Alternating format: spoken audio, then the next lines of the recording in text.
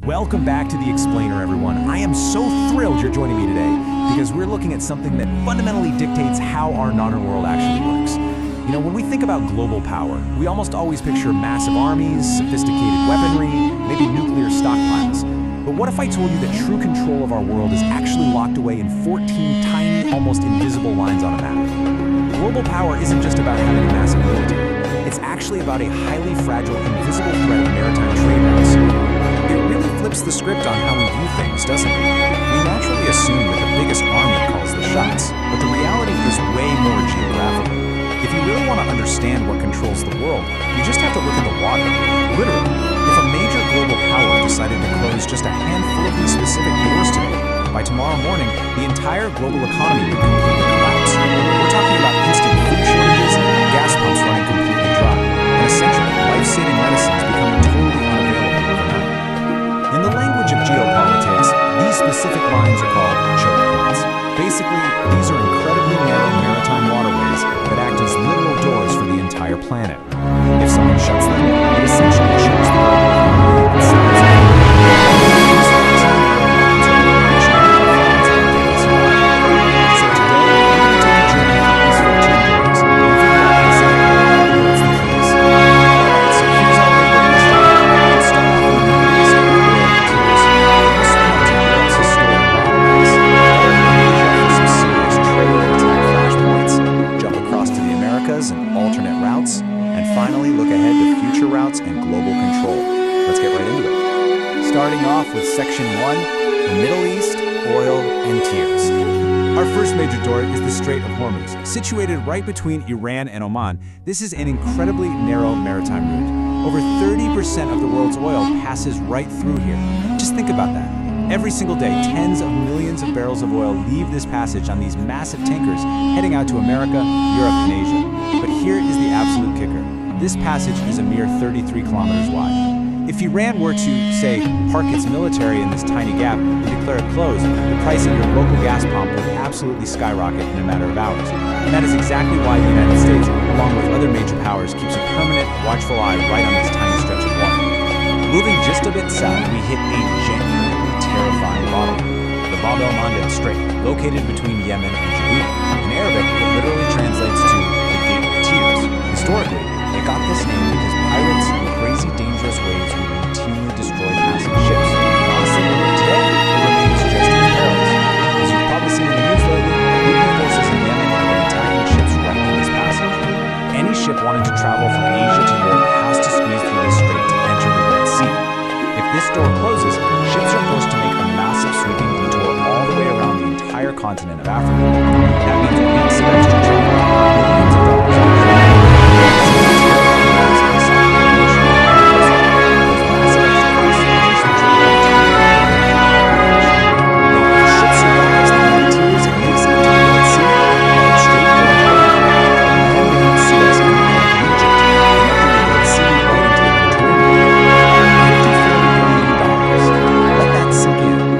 staggering amount of money the global economy lost when just one single ship, the Ever Given, got stuck sideways in the canal back in March 2021. And the craziest part? The route was only blocked for 6 days. In that short time, millions of dollars of food, crucial supplies, and vital machinery were just stranded out in the ocean.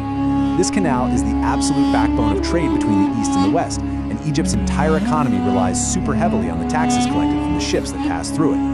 Moving right along to Section 2, Europe's historic bottlenecks. First up in Europe, we have the Strait of Gibraltar, the vital link connecting the Atlantic Ocean to the Mediterranean Sea. This gap between Spain and Morocco is so incredibly narrow that if you literally stand on the shore, you can see all the way across to the other continent. Human history is absolutely full of massive wars fought over this specific gap, because whoever controls it basically controls half of the trade flowing between Europe and Africa. Today, Britain maintains military control here with a small base. If Gibraltar were to suddenly be sealed shut, the Mediterranean Sea would instantly turn into an isolated, closed-off lake, totally severing more than half of Europe from global maritime connections. As we move deeper into the region, we run into some more fascinating European bottlenecks. Take the Bosphorus and Dardanelles Straits. These connect the Black Sea out to the Mediterranean. Maritime trade for countries like Russia, Ukraine, Romania, and Bulgaria depends entirely on these two doors. For Russia, this is a massive, massive revenue. I mean, Sure, Russia has plenty of ocean, but most of it is frozen solid from outside.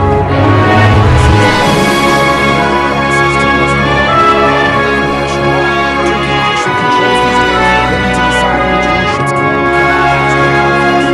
That's why both the US and Russia are constantly moving to keep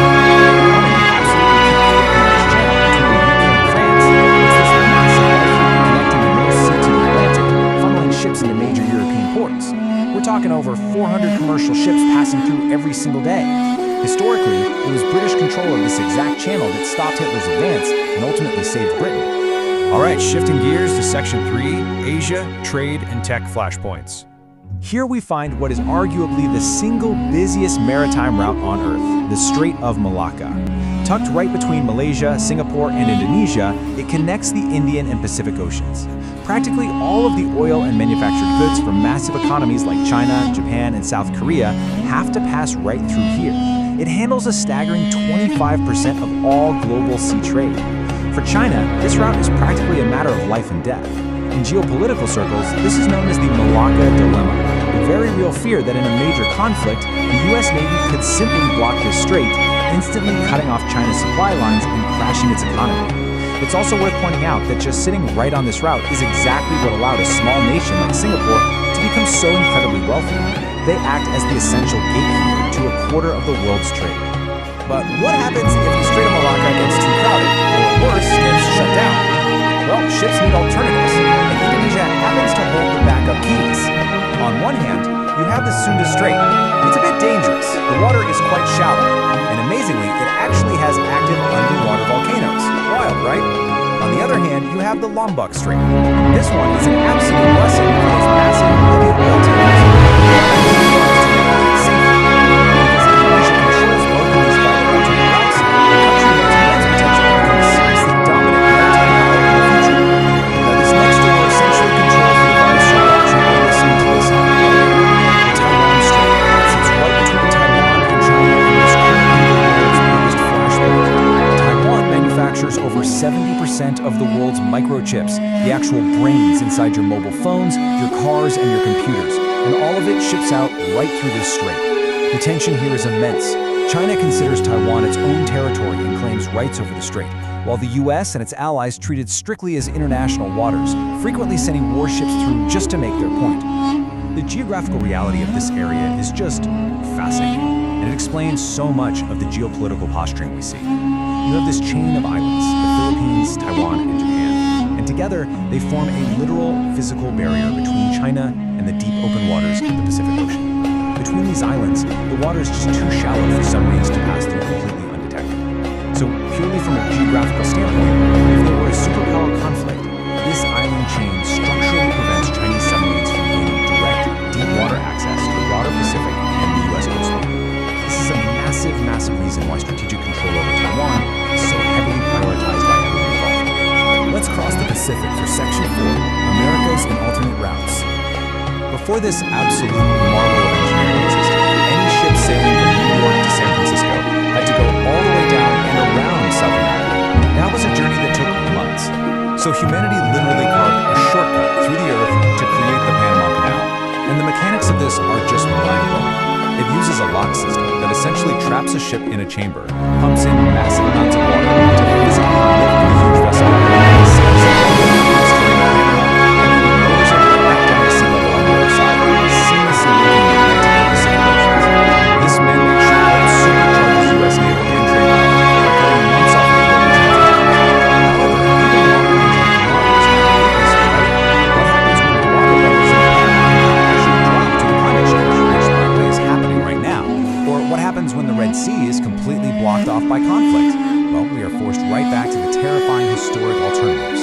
Ships have to brave the freezing, incredibly stormy Strait of Magellan at the very bottom of South America, dangerously close to Antarctica.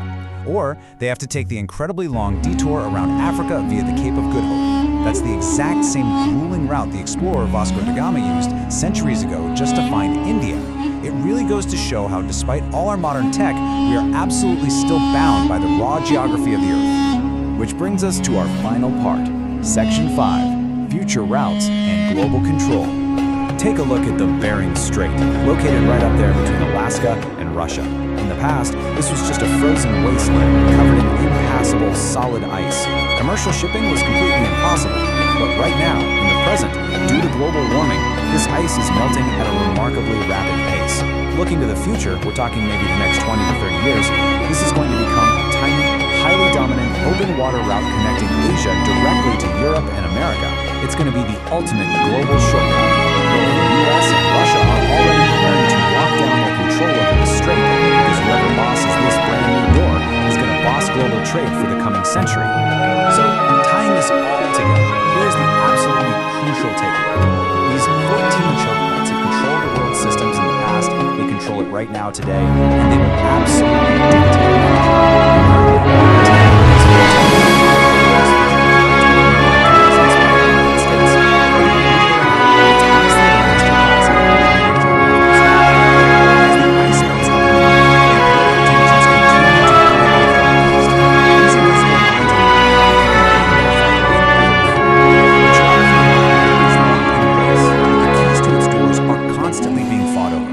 So I want to leave you with this to think about. As new routes open up and the old ones become too dangerous, who will ultimately control the global trade of the next century? Maybe ponder that the next time you order a package online or fill up your car. Thanks so much for hanging out with me on this explainer. I really hope you found this geographical framework as totally fascinating as I did. See you next time.